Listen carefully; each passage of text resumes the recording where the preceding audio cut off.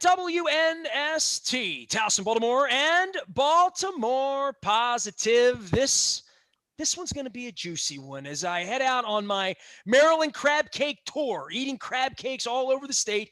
You never know who might have some local connections around here. Don Moeller is with us. Of course, he's Catonsville, and I'm Dundalk, and we do this together. I want to give a thanks to all of our sponsors, including our friends at Fadley's and at State Fair, where 4th of July, the chairs are out. Everybody's going to have a good time, drink a lot of beer.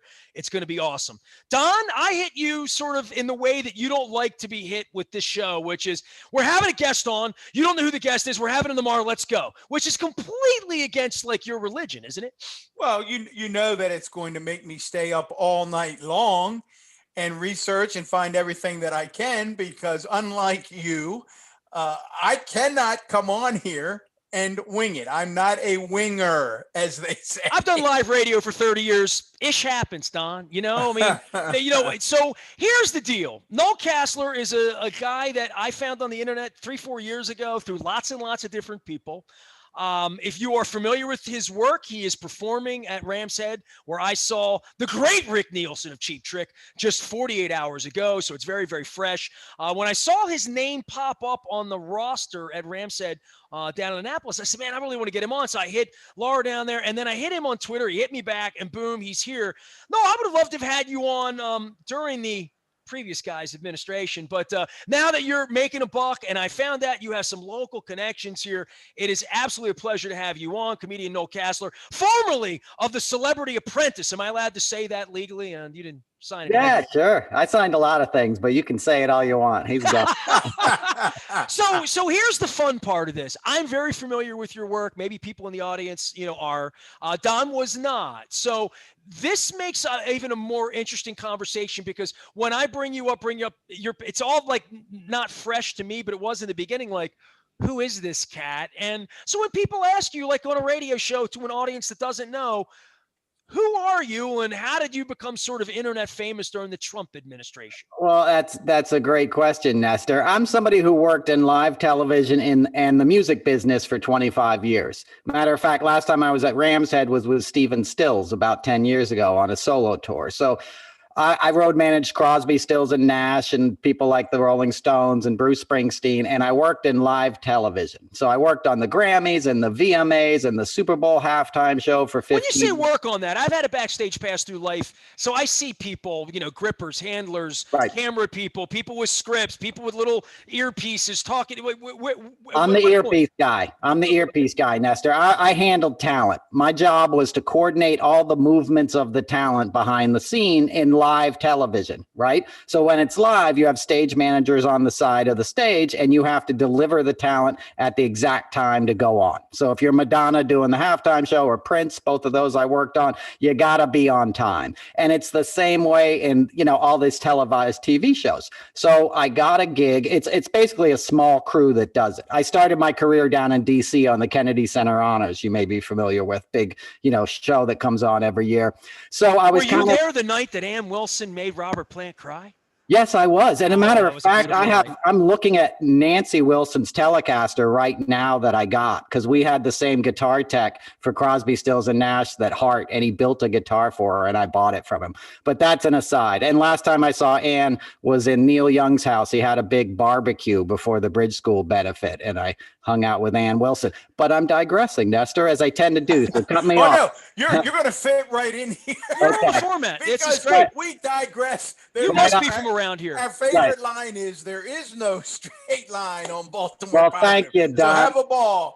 Thank you. And my grandparents live in Catonsville. My grandfather passed, but my grandma's still in Catonsville. So I have deep roots in that area. Bill's Music was a store I used to hang out in as a kid and everything. We broadcast right across the street. That's where State Fair. Do you remember the Friendlies across the street? Yeah. That's State Fair now. That's like the center of our universe. So yes. Oh, that's awesome. You will be having chicken and waffles there at some point on or around October, whenever your show is. Exactly. September 16th, but who's counting? There you go. So anyway, I worked behind the scenes and I worked kind of at an A-list level. Now the Celebrity Apprentice finales came up. A colleague of mine got the assignment. It certainly wasn't A-list, but it was a lark. I live in New York City. That's where I've been, last 25 years. And she said, hey, we're shooting a live finale alley at Rockefeller Center. I kind of need an A-list team to handle the talent behind the scenes. It's a pretty decent paycheck. It's like one day's work. We'll go to the after party. It'll be a blast. So that's why I said, sure, I'll do it. I wanted to see if like Omarosa was a real person because I'd watched the show, and I'm like, and I knew Trump. I went to high school up here and stuff. And, he was always a cartoon character and nobody ever thought he was going to become president. And then I get the gig and we shot the first season in 8H at SNL Studios. If your listeners, ever watch Saturday Night Live, that's where the first fake boardroom was, like where you see the host come out. We had the fake boardroom. And I was assigned to Ivanka and Jared and saw firsthand sort of how out of his mind Trump was, See, I'm not familiar with the show. Like, was she a part of the show? And Jared, were they weaved into? Because I knew who she was from sort of the, the family, but like Donald Trump was a guy that would just come on Howard Stern and just talk shit. I mean, literally, exactly. like nobody would take it serious. Like, it's one of the astonishing events of my lifetime. What we have witnessed in the last 6 years. One of the interesting, and I've told this before, our listeners will have heard this, but it ties right into your story, and it's a fascinating story. My former boss, who passed away far too soon from a heart attack, he was a Democratic Baltimore County executive, and I used to kid that our office extended was a little diner on York Road called the Towson Diner. And we literally would be in there 3 days a week with meetings. And I can remember like it was yesterday in the middle of that Republican primary back beginning in 2015 and up through 16. And I said to him one morning, I said, this is hard to believe. Donald Trump is going to be the Republican nominee for president.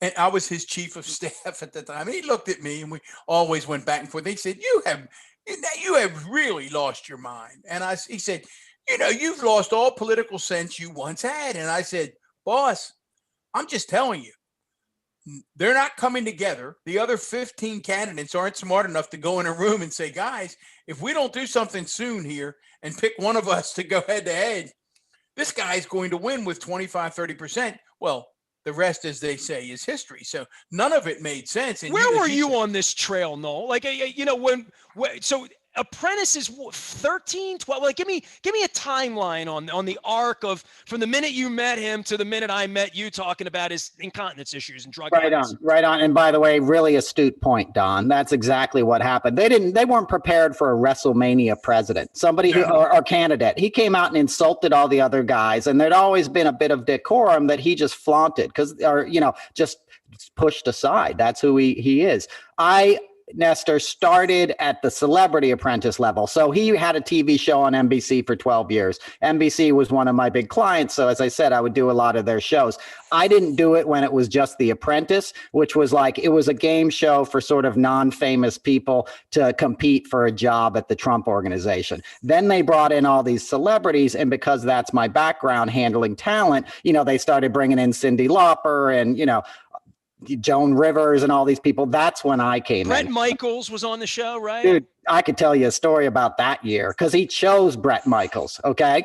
And he chose him over Holly Robinson Peete, who was clearly the most qualified candidate. She was brilliant. She won every sort of business contest they had. Bret never even showed up. And I'll tell you a backstory. I worked on the Tony Awards for 20 years too. And the year before I was assigned to Poison, right? And Poison performed at the Tonys and Bret didn't come to rehearsal. So he didn't learn the blocking. And we're shooting at Radio City Music Hall. It's a live show. He's performing. I'm stage right, getting ready to catch the band when they come off.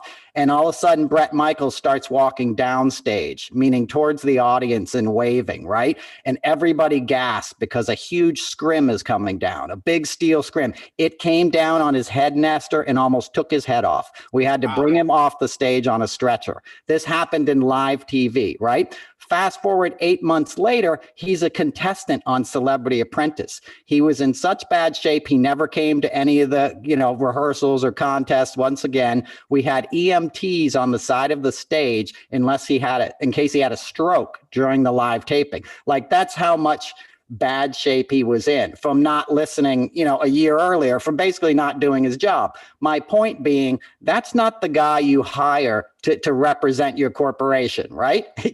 But so when we told Donald Trump, hey, Brett, I know you like Brett, but you got to hire Holly. She won every contest there was. And Don said, they want me to pick the N-word.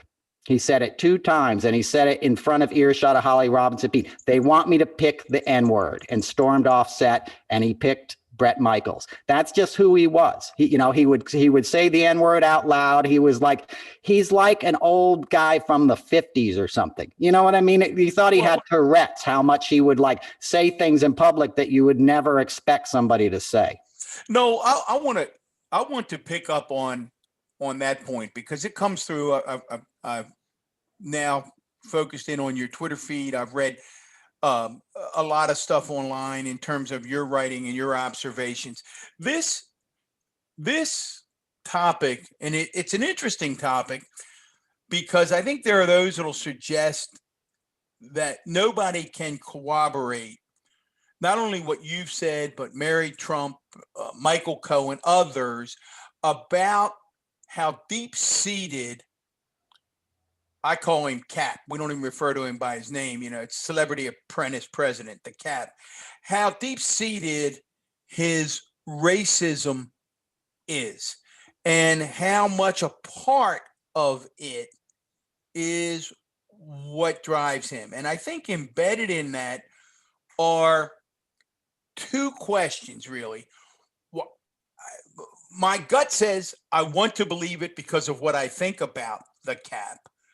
But at the same time, the fairness in me says, are these folks who just have an axe to grind? Is Noel just a guy? Is he just another disgruntled ex-Trumper who says, I'm going to show that SOB? I'm sure you've heard that over and over. So address his racism, and then the charge that maybe you're just a guy with an axe to grind. Absolutely. And that's a fair point.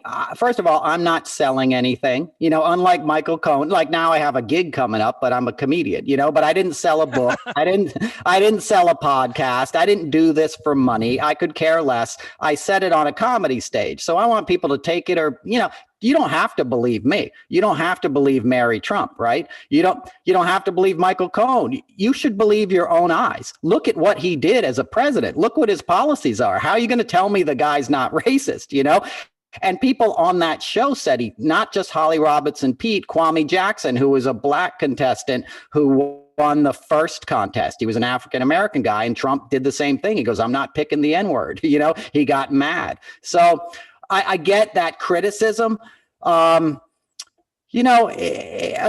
people didn't speak out. He had a big NDA. I signed a 24-page NDA. Mark Burnett said in my industry, because a lot of people were speaking out in 2016. I told Hillary's campaign, because he abused drugs. He snorted Adderall. He was out of his mind. And I don't care if you do that stuff and you can do the job. But if you're legitimately, I toured with Crosby, Stills, and Nash.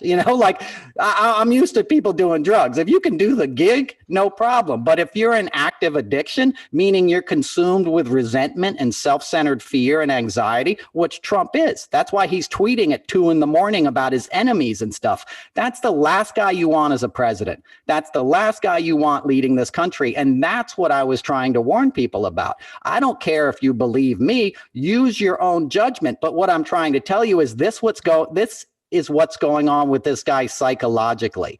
And look what happened. Mark Burnett threatened to sue everybody, as I said, in 2016. So my industry didn't speak out. The directors, there's people who saw worse stuff than I did. Sexual assaults, all kinds of crazy, crazy stuff that if he wasn't a rich white guy, who had his name on the side of the buildings, he would have been in trouble for a long time ago, right? So my colleagues didn't want to speak out because they wanted to work again. It's hard to get a job in the entertainment business. I walked away from my career behind the scenes. That's why I went into comedy. I was like, I don't care if I never make another dime. I got to tell my truth. because I told the people that I work with, I said, look, there's nothing on the other side of this. We know what a maniac this guy is and how bad he'll screw up as president. And sadly, that's exactly what happened. My industry shut down. There was no television in the last year. There was no concerts. There was nothing because he pretended like a pandemic didn't exist because he thought it would hurt his chances at re-election. So he ignored it instead of like, if we got on the ball in February of last year, we might not have had 600,000 people die and lose a year of American life, No, one of my, boy, if ever I write a book, one of the chapters is what you just alluded to, and I'll try to make it short. It would have been awful for the country in some ways, but it would have been the best thing for the country. I've said to my wife and others repeatedly, had this guy, and you're really talking about his personality traits that would not let him do this. I said back in December or January, had he been able, even if it went against everything he believed, to come out to that microphone and say, folks, we're looking down something that is horrific. As the president, I'm going to do everything I can to support these scientists, but I'm going to step aside. And as a nation, we always come together and we're going to take our lead from them. Not only would at least 100,000 people have not died, the bad part is he would have been reelected in a landslide. He wasn't even able, in a Machiavellian way, to say, even though it goes against everything I believe in, because it's always got to be about me, he wasn't even able to do that, knowing, right, that he would have won in a landslide because America comes together in a time of crisis. He squandered that opportunity. I'm shocked he didn't vilify the Chinese and make it about that to rally the flag in some way. Yeah, he did to some extent. I mean, he called it the Wuhan, whatever. China. I mean, really, bear down on it. You're right. Well, he does a lot of business with the Chinese. He pretends like he's mad at them. A whole floor in Trump Tower he's rented to the Chinese bank, the largest bank in China since 2008. He takes in $2 million a year in income from the Chinese. So you got to understand, with Donald Trump, it's always about how can he make a buck. Right. So, there was no money in being smart about the pandemic. Like Don said, if we did like the leaders did in New Zealand, and we said, hey, this is going to be the challenge of our lifetime, folks, but we're going to hunker down in our homes. I'm going to send out checks to everybody. Right. We're going to make sure everybody gets fed and we're going to get through this and nip it in the bud. Instead, he was having rallies this time a year ago. He was pretending, I'm not wearing a mask. You can wear one, but I'm not going to wear one. It was insanity. And look where we are now. We got half the country that's not even getting vaccinated. He turned science into a political issue, and that's unforgivable. Only 31% of the people in Alabama are vaccinated. They're 50th in the nation. That's directly related to the narrative that he spun. And it continues to be Tommy Tuberville to Washington. Destructive. Continues to be destructive. But no, you mentioned another character in this morality play. And I'm not sure not everybody out there reads People magazine or Twitter or follows pop culture. And they may have heard the name Mark Burnett, but he really is one of the villains in this morality play. Tell us and our listeners who this guy, Mark Burnett, is and why he comes front and center as a villain? Okay, well, he's definitely a villain. I mean, he created the modern image of Donald Trump that most of the rest of America knew about, right? Like in New York, we knew he was a con man. We knew he'd been bankrupt. He was kind of a joke. He was a joke. Nobody took him seriously. He wasn't a part of society. He wasn't a real billionaire. To answer your earlier question, Nestor, that's why he had his kids on the show, because he wanted the paycheck for them. If you're a real billionaire, your kids are off riding horses, and sailing on catamarans. They're not working on a game. I've met a few of those, right? Yeah, right. I mean, exactly. I've been involved around the NFL. There's some who are in, and there's some strumming a guitar somewhere else. Exactly. Right. Your dad's a billionaire. You're not showing up, like on The Apprentice to make a buck, but he needed the cash because he'd already blown his inheritance from his father. And that was after 6 bankruptcies, right? So he needed an image rehab. Mark Burnett is a huge reality television producer. Your viewers may know Survivor, Shark Tank, The Voice. These are all huge properties. They're all Mark Burnett properties, right? So originally he went to Vladimir Putin and he wanted to do a show on the Mir space station, right? And follow around some oligarchs and the people that were funding this. And no, you should have been on the show last week when I took NBC out back behind the woodshed for sanctioning that ish, right, with Putin. Yeah. I mean, literally, like, well, you were right to do that, Nestor, because literally it was Putin. I mean, Putin told Mark Burnett, no, what you want to do is a show on this guy, Donald Trump. And that's how The Apprentice came to New York, and he did it on Donald Trump. The idea came from the Russians originally. Like, how insane is that? And then, of course, Trump's whole, presidency benefited the Russians, right? He pulls us out of all the treaties. He sided with Putin over American intelligence 2 years ago in Helsinki. Over NSA, which is near you guys in Glen Burnie. Like, I believe Vladimir Putin more than our country's intelligence agencies, which you guys be in Maryland, the quality of people and how they dedicate their lives to our governmental information. To have an American president, my grandfather was career NSA. He lived in Catonsville, he would have rolled over in his grave and probably did the day Donald Trump came out and stood next to Vladimir Putin, said, he says he didn't interfere in the election. I believe him, right? So clearly Putin had an asset, and I'm not getting conspiratorial. I'm just saying Trump being a president benefited Putin. Trump having his image rehabilitated on The Apprentice allowed him to become a viable political candidate because most of America believed it. They thought he was a billionaire. Guess what? He's not a billionaire. Yeah. I think they thought, and Nestor said he never watched it.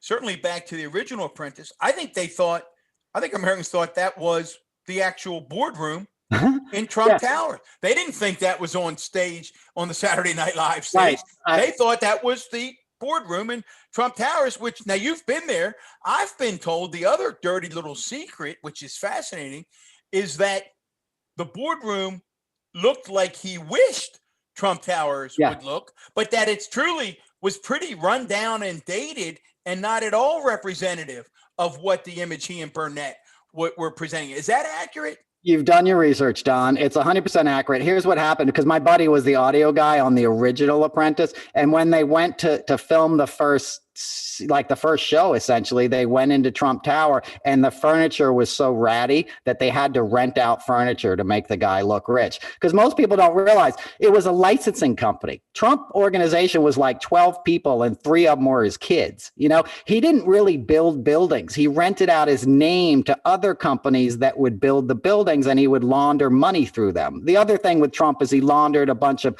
oligarchs' money because after the Soviet Union fell in 89, all these people that were crooked and corrupt in the former Soviet Union needed to get that money out of there and plant it somewhere. In New York City, before Trump, to buy a luxury real estate property, you had to pass what's known as a board, a co-op board. You had to show where your money came from, where you went to college, all these kind of things. Trump built Trump Tower and basically was like, if you got the money, you can buy a condo. So he let anybody into New York and into that high level real estate. And that's benefiting crime, essentially. I remember the really corrupt dude that ran U.S. Soccer, sort of the fat guy with the bird. I don't remember his name.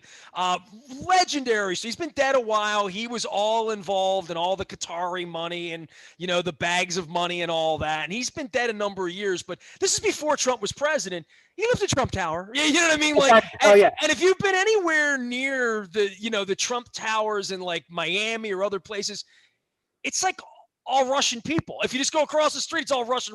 It's like their little Russian towers. It blows me away that 5 years into this week, but he's gone now, right? So and you have a comedy career now, but I do want to sort of piece together. If you say Catonsville one more time, Mueller's going to have you at his house on the 4th of July. I mean, he's welcome, more than welcome. I bet he's been to the 4th of July parade if his granddad lived here. Yeah, and I was down at the Annapolis 4th of July a couple years ago. I saw Larry Hogan jogging by in 100-degree heat. But wait, give your local thing, because I've been following you a couple years. Right. I'm very familiar with.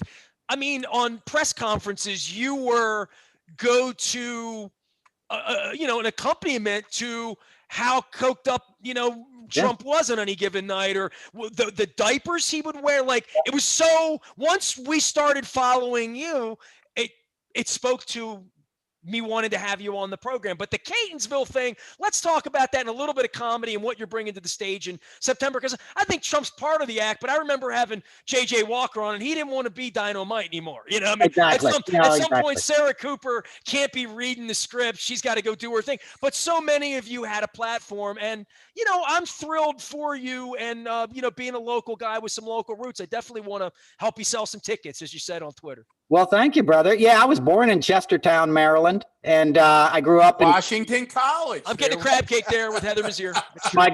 My parents were students at Washington College, and they had me as 19-year-old sophomores, in 1971. It was a different time, And then so I still got a lot of family on the Eastern Shore as well. And I grew up in PG County primarily. I moved up to New York in my high school years. That's why you left. If you stayed in Baltimore, you never would have gone. You just I know. Yeah, no, I was in PG, but I went back. I went to the University of Maryland for a bit. I lived in D.C. a lot as a young man. I started my career, and I still have a ton of family in Maryland. And I love Maryland, So, and when this show came up, this is kicking off my tour. September 16th at the Ramshead. And as I said, I was there 10 years ago on a Stephen Stills tour, and he was mad at Neil Young that night. And he actually started cursing out Neil Young on the stage, who wasn't with us, but he'd canceled a Buffalo Springfield tour. So he wasn't singing Love the One You're With? Or not? Yeah, he did Love the One You're With to close, but he basically got really mad. And this is a funny story, I think. And people started YouTube, like taking videos and YouTubing it, like the audience at Ramshead, because he was like cursing out his guitar tech. He was really mad at Neil because Neil had just canceled this bigger tour we were supposed to do with Buffalo Springfield. So we end up, in a club tour, which is great, but, Stills was kind of mad about it. And we finished the gig, and I walk him back to the tour bus, and my cell phone rings. And Stephen and Neil had the same manager. He passed away, a guy named Elliot Roberts, legendary guy, founded Geffen Records, and with Geffen, obviously. But my phone rings, and it's Elliot. He goes, "Noel, I got Neil on the other line. Hand your phone to Stephen," and he because Stephen didn't realize what YouTube was. This was 10 years ago. He thought he could just say it in the club and it would stay in the club. And people were like, "Oh my God, look, Stephen Stills is yelling at Neil Young," and they were YouTubing it. So it got back to California in 10 minutes. And, stories like that, I worked in the business for 20 years. Trump is a footnote and it's important, and I'll touch on the political stuff, but I got a ton of stories from my time in rock and roll, some great fun stuff. And this tour is about reclaiming what we lost in the Trump era. He divided us. That's the worst thing you can do to a people. The people who support him, they fell for a con. People get conned sometimes. The most important thing about us is that we are one people. And we're only as well off as the least among us, and some people are hurting right now, and some people are getting marginalized, and that isn't right, So my comedy kind of celebrates diversity and wants to bring us all together. One of the things that bugged me most in the Trump era was like how they were demonizing the caravans all the time on Fox News. The caravans are coming, they're coming to take your job. No, they're not. Those are men and women looking for a safe place to live and raise their kids and to work their butts off. Like that's what my father did from Venezuela in 1966. Exactly. Right? I'm like, that's who you want here. That's who you want in America. We got to realize what we are as America. We're not. So I go. No, you sparked a memory. I use it all the time. During one of the big blizzards here a few years ago, we have a lawn company that takes care of our lawn, and in the case of snow, they come and take care of our snow. And it had to be 2:30 or 3 in the morning.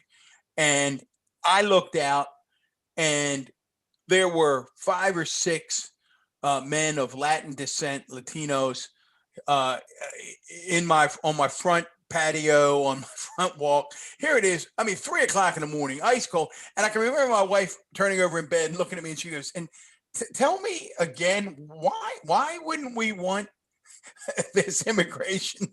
Why wouldn't we want these folks in our country? I'm missing something." And I thought that was the best example ever. It's what you said.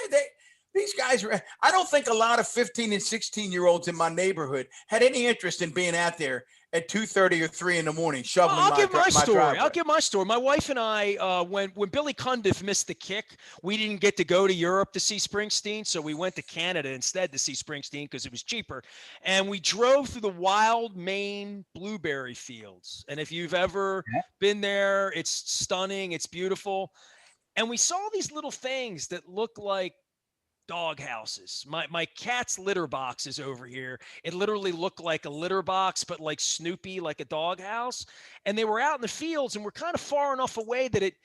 Don, we had Dan Ratrick on talking about me staying in a little house out on Savage River to fly fish later on in August on the crab cake tour. They look like little houses, but they look like dog houses. And then I realized, oh, that's where the people that pick the blueberries live. Oh, I bet they're not from Bangor. I bet they're not from Portland. I bet they're not from Bahaba. Or they just didn't come in from the Cape. I bet their skin probably looks a little like mine, and their first language was Spanish. And and every morning I eat a blueberry. Every morning of my life I eat blueberries, and I never lose. So every morning I think about that, and I think about what we've demonized in this country, Noel. And I'm flattered you want to spend time. Don's thrilled that you're from Catonsville. We're happy that you're playing a Ramshead, but more than that, I'm happy you've stood up to speak truth to like the nonsense that went on here the last 5 years, because there wasn't enough of it. Certainly not from people on the inside that I began to trust as not being full of shit, because there was a lot of full of shit on the other end. Yeah. Speaking of that, Nestor, I'm curious. Now, one of the stories you tweet a lot, you write about a lot. You were the Ivanka Whisperer. One of the stories, and I'd be curious if you can debunk this or say, not sure, but it makes some sense. I've had folks that are pretty credible tell me, I think it was Georgetown. Did Ivanka go to Georgetown? I think it was Georgetown. Wherever she went to Penn. She went to Penn. University of Pennsylvania. Yep. That she spent one day in the college dorm and called her dad and said, this just isn't going to work for me, and ended up then spending her college years in the Ritz-Carlton or one of the Trump properties. Does that sound? Yeah. Does that sound Ivanka-like to you? Yeah, that's Ivanka-esque as it gets.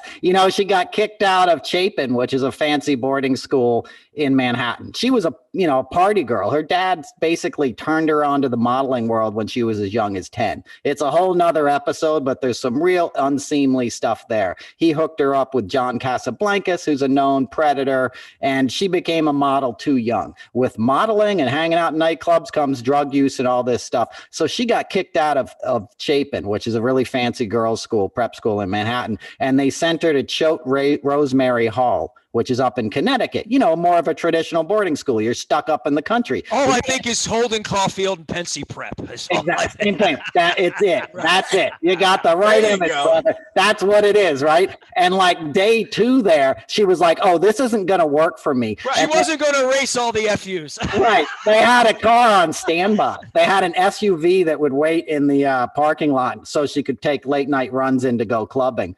So that's who she is. And she manipulates her father. What I observed, like when I worked with them, for example, she was the only one to get a trailer. Nobody else got a trailer. We ended up filming it at the Museum of Natural History. Speaking of Holden Caulfield, right? The famous steps. We filmed the last 3 seasons at a theater that's in that museum complex, and in the parking garage underneath she requested a trailer that was like triple size, and I got mad because she had a 5-person glam squad, so my call time went from like 4 PM to like 12 PM to meet like her 5th like makeup person or something.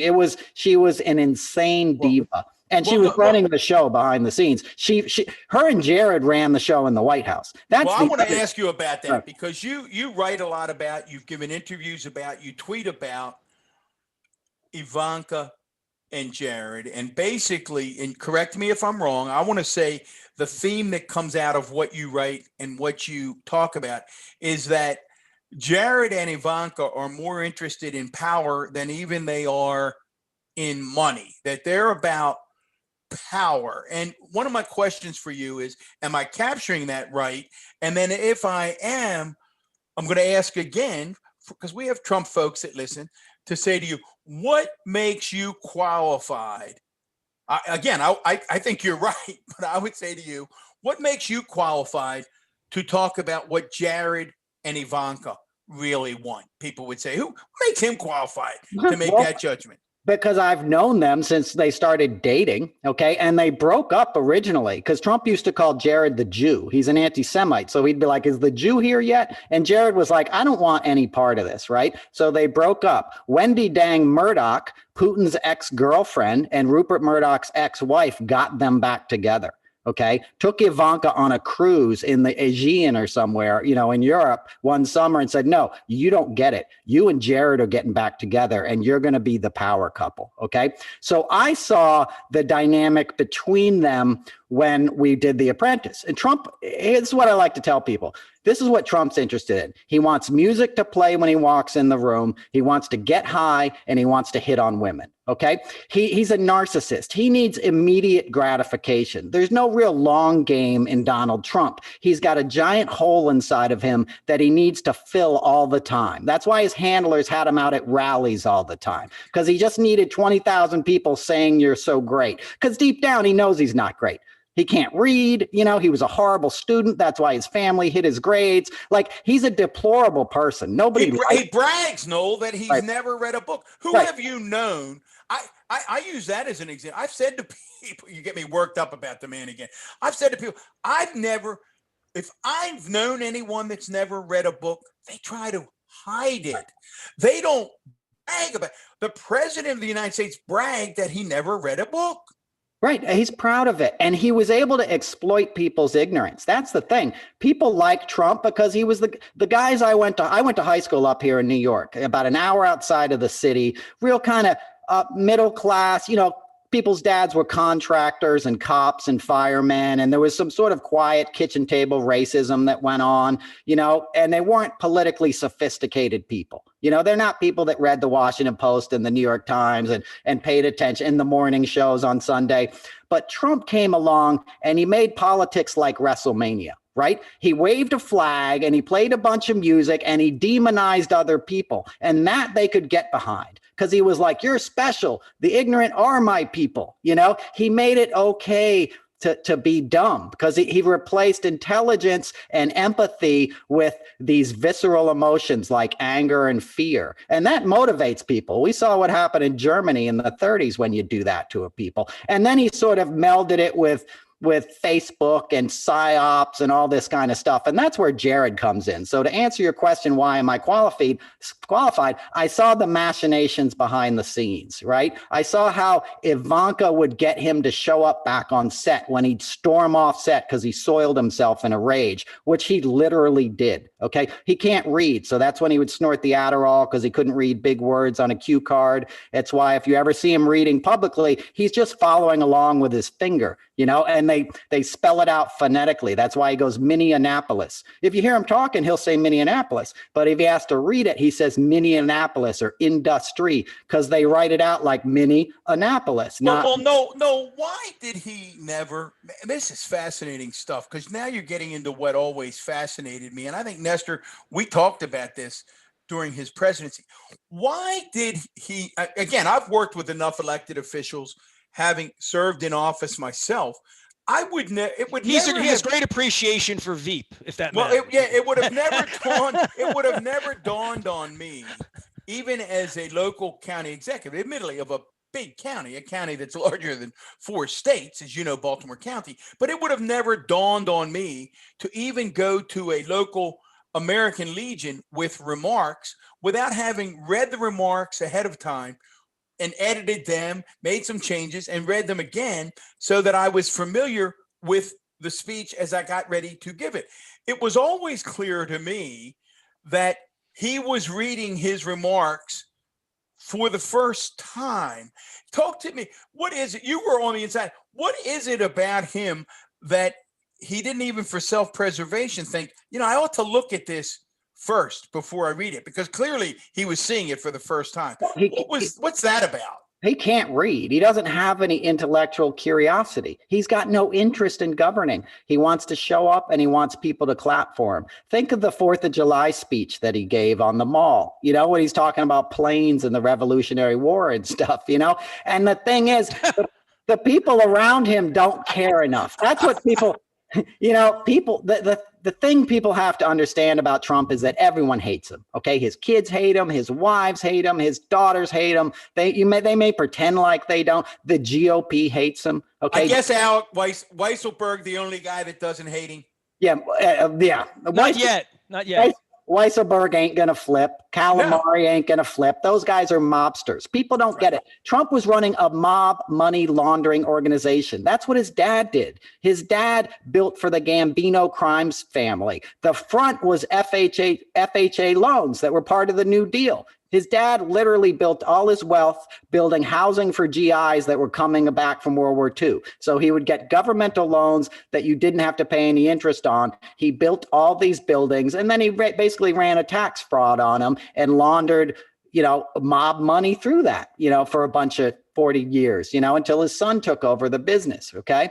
So they don't care. The people around him are as in deep as he is. Okay. And so back to your point about reading, he doesn't read. He doesn't care. They basically push him out in front of an audience, and behind the scenes, they make the decisions. And this is my point. Like, why do I know?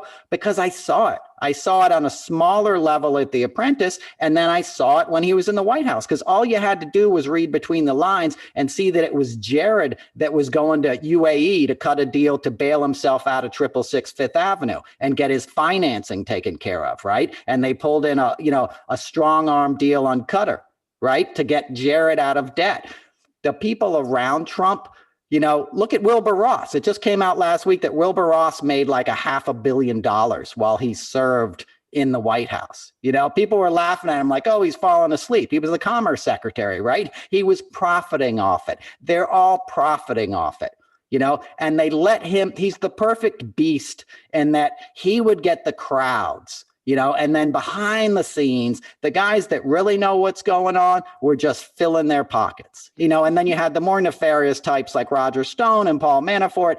There's a reason that everybody around Trump has criminal charges. There wasn't one guy who was ethical in that whole situation. Mike Pence would be the closest, and he didn't have a backbone. Right, Mike? They tried to hang Mike Pence, and he's like, "Yeah, whatever." It was an honor serving Donald Trump. Right? Can I run with you again in 4 years, Don? Right, exactly. Noel Casler is here. He is, believe it or not, a comedian, but certainly a social commentator at this point. Don Moeller is also riding shotgun through all this thing. Noel will be playing down at Ramshead Annapolis, where sometimes there's rock and roll, sometimes there's comedy, and sometimes there's Cheap Trick. And but for you with The Apprentice, and these are, I guess, the questions I wanted to ask following you for years. Like the Vanki references sounds to me like what only he called her, and now you've sort of added, I don't know, the Vanki reference. But the other thing is, how much time did you spend soup to nuts to be qualified to be speaking in this way? I mean, were these 12-hour days 4 months a year for 3 years? Like, I don't understand how the thing was shot. Couple of days, 12-hour days on the finales. The finales would be 2-3 days once a year for 6 years. You didn't want any more time. I wasn't.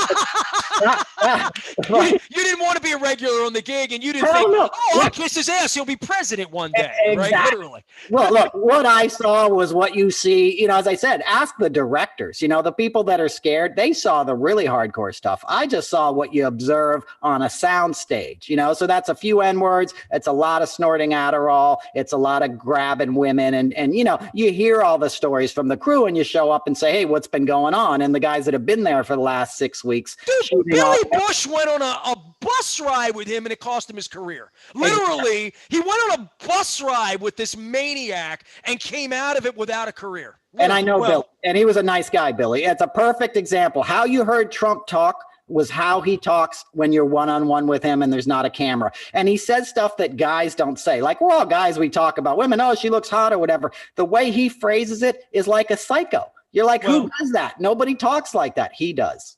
It does give credibility to one of the incidents that you've talked about that really, really made me nauseous, was his behavior at the beauty pageants, where sounds like he's talking about cattle walking by.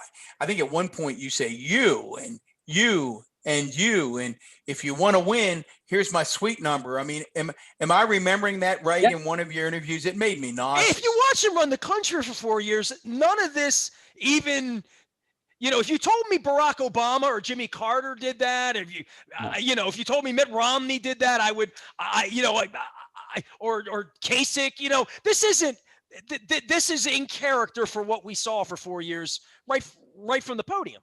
Exactly. I mean, and that's all I want people to take from it. You don't have to believe me. Matter of fact, I don't want you to believe me. I want you to judge for yourself. I want you to find your own explanation of this behavior, because there's no other way there's over 200 women who have said he assaulted them. Okay. Where there's huge cases like E. Jean Carroll against him. This stuff was no secret in New York City. Matter of fact, the crew would tell women not to be alone with him. Okay. And they had to sleep in a tower, in an apartment in Trump Tower. Right. And he would have cameras in the apartment. Like, the guy is a serious psychopath, literally. I mean, there's no other way to describe it. He's basically a mob boss with some really, he hung out with Epstein. Like, it's all there for you to research and see. He's not some hero savior for the middle class of America. He's a con man. He's still bilking people out of their money now. He's not going to be president again, but he's sending his followers texts every day saying, donate to the Trump re-election fund. I really am the president and I'm going to take office again in August. No, he's not. And he knows it. He's one thing about the con, it never ends, does it? Think about it, Nestor. No, I love what you said. Just look, it's one of the things that never made sense. And I've had this discussion with friends and relatives. We watched him make fun of a reporter with Parkinson's disease. I think it was Parkinson's disease. Yeah. And I watched him throw toilet paper to Puerto Rican people after a flood. Throwing toilet paper at the Puerto Ricans. We've watched him tell police officers to beat people up as they're putting them in the.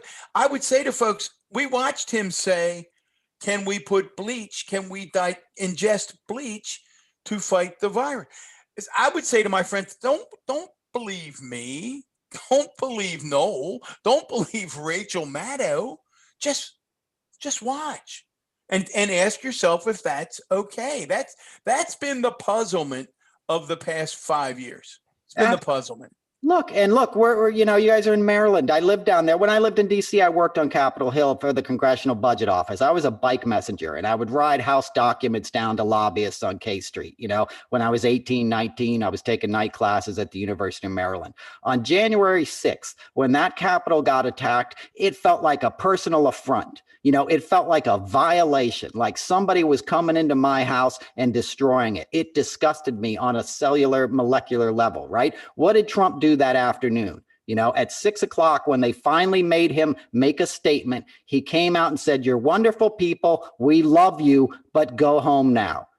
Right? That says it all right there. He said, "We love you" to people that attacked police officers, that desecrated the temple of our democracy. And his response was, "We love you," because he saw that they had his name written on their T-shirts. Again, all he cares about is him. And he basically almost did destroy this country.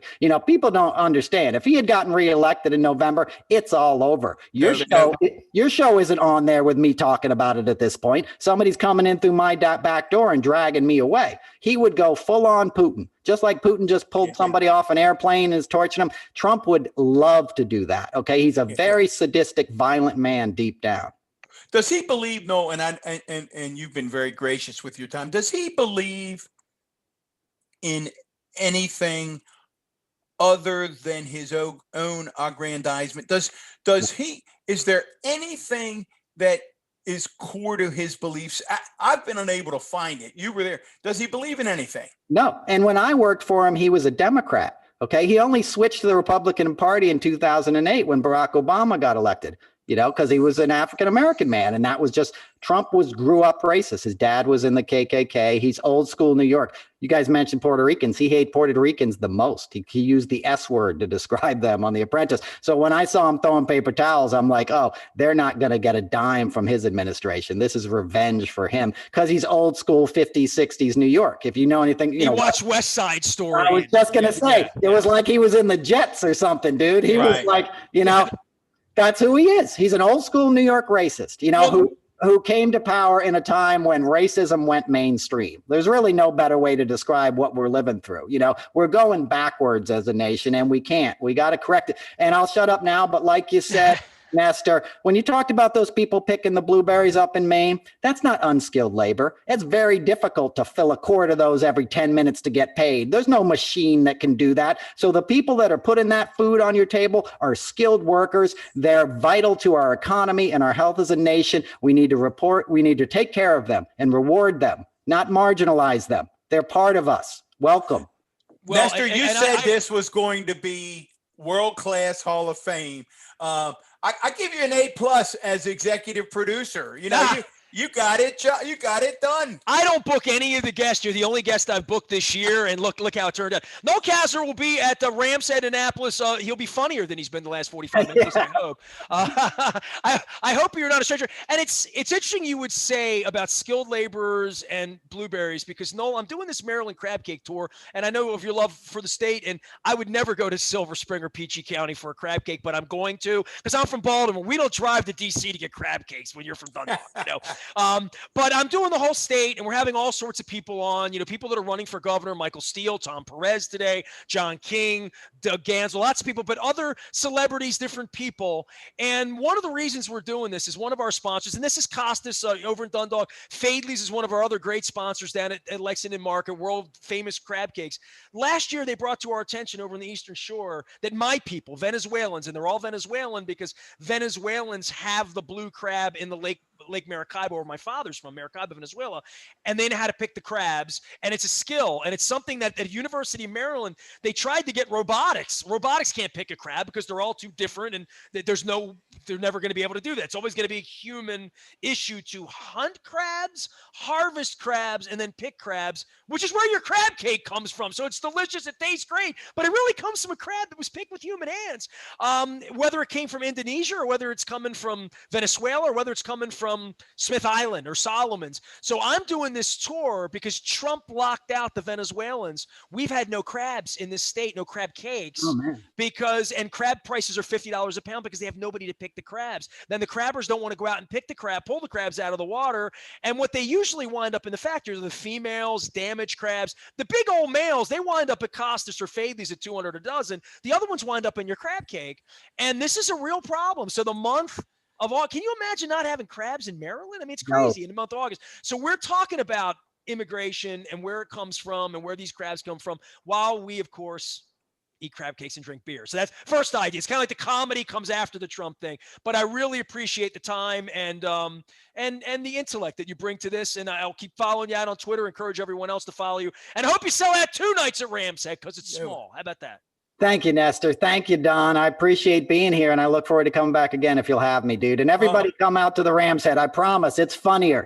We talk about love, like you just said with those crabs. When people do a job really well, they take pride in it. When you learn to do something well as a human, it's love. You're giving your life to that. You want love in your crabs and your back fin. You don't want a factory doing it. You want human, connection in your food. Well, I'll tell you what, it is September 16th is your gig. It's a Thursday night. From my lips to God's ears, the Ravens will be 1-0 and beat the Raiders on Monday night, and the crab cakes will be delicious in Annapolis that night. Appreciate you, Noel. Thanks for making some time for us. We really appreciate it. Thank you so much. You got it, gentlemen. Thank you. September 16th, go see him down at Annapolis Ramshead. Go follow him out on Twitter. He is Noel Casler. That's Casler. Don had never heard of him yesterday. I have a feeling Don's whole family will know about it by next week. He's in my Twitter feed now. I promise you. You can find us usually at the Barstool, Fadley's, having some oysters or some crab cakes. You can certainly ship out. You can pick up some rockfish like I did a couple of weeks ago. Squeeze some lemon and some caper on there. It's delicious. We're getting out on the crab cake tour. We will have Mayor Brandon Scott next month at Coco's. Johnny O is going to be joining us over at the aforementioned Costas. We have, yes, a Republican. It's true. He runs Harford County. He's not a bad guy. Barry Glassman will join us up at Barrett's in Harford County to kick things off next week. And we're also going to be joined by Anne Arundel County Executive Stuart Pittman, hopefully down at G&M. Please call us back. Thank you. We are WNST.net, AM 1570, Towson, Baltimore. On behalf of former Baltimore County Executive Don, I am Nestor, and we are BaltimorePositive.com.